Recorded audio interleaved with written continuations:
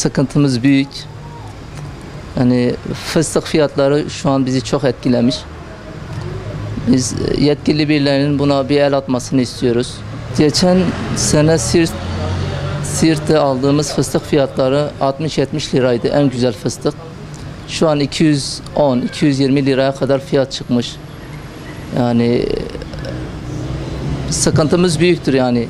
Böyle giderse fıstıklı baklava çıkaramayacağız.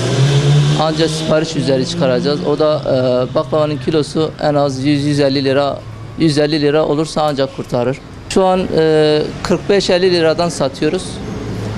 Malum halkımız yani buranın halkı şeydir yani gerçekten alım gücü yok.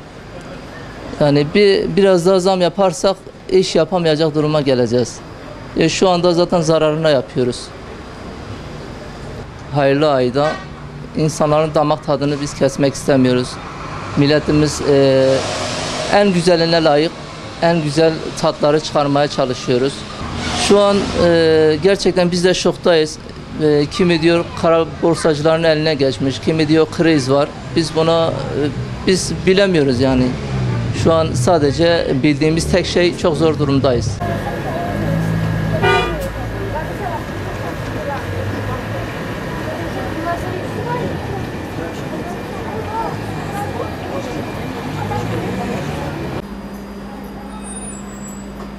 Vallahi yani hem biz hem vatandaş mağdur oluyor. Yani bazı gözü açık işte stokçular fıstıkları son demlerinde olan fıstıkları daha çıkmasına 1,5-2 ay var. Ellerinde kalan fıstıkları saklayıp işte fiyatlarını yükseltmeye çalışıyorlar. Yani halkın damak tadına göz diktiler.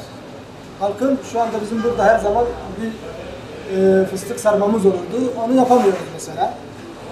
Çünkü bizi İran fıstığına, işte Afgan fıstığına muhtaç ediyorlar. O fıstıktan da fıstık sarma yapılmaz. Güzel çıkmaz. Biz de kalitemizi bozamıyoruz. Yani biz birkaç gündür fıstık bulamadığımız için hep cevizli çalıştık. Şimdi yine bir parça fıstık bulduk da yapıyoruz. Yani değerli devlet büyüklerimizin buna bir el atmasını bekliyoruz.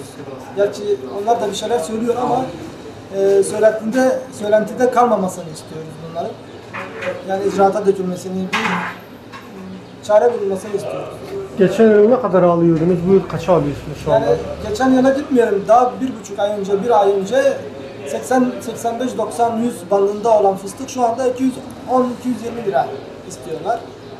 Tabii fiyatlarımız aynı bizim. Yani 80-90 iken de 50 liraydı. Şimdi de 220'ye aldığımız fıstık da 50 lira. Tabii biz mağdur oluyoruz. Her 2-3 ayda bir de zam yapamayız. Biz de halkı düşünüyoruz. Yani elimiz kolumuz bağlı. Bekliyoruz yani. Yeni fıstık çıksın. Piyasa biraz gevşesin. Onu bekliyoruz. Şu anda sadece sınırlı çeşitleri çıkarıyoruz. Yani daha çok rağbet gören.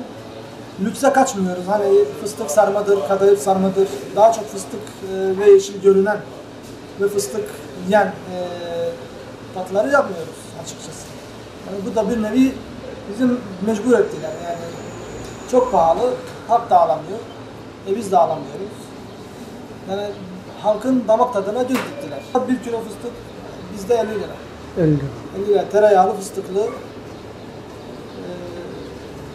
50 lira, mini dürüm 50 lira, beyaz dürüm, şöbiyet, bütün çeşitlerimiz hemen hemen 50 lira. Sadece fıstık sarma 80 lira. Onu da yapamıyoruz yani bir haftadır. 10-15 gündür yapamıyoruz. Evet. Son olarak neler söylemek istiyorsunuz? Son olarak Sayın Fakı Baba'nın bu duruma el atmasını bekliyoruz, rica ediyoruz. Böyle stokçulara fırsat verilmemesi gerekir. Devletimiz büyüktür, devletimiz bunlarla baş edebilecek güçtedir. Böyle oyunlara bizi düşürmesinler. Siz genelde Antep fıstığını mı kullanıyorsunuz? Tabii ki Antep fıstığı. Siirt fıstığı baklavalarda kullanılıyor. Çünkü Siirt fıstığı yemişliktir. Kuru yemiş şeklinde tüketiliyor. İşte kurutulup tuzlanıyor.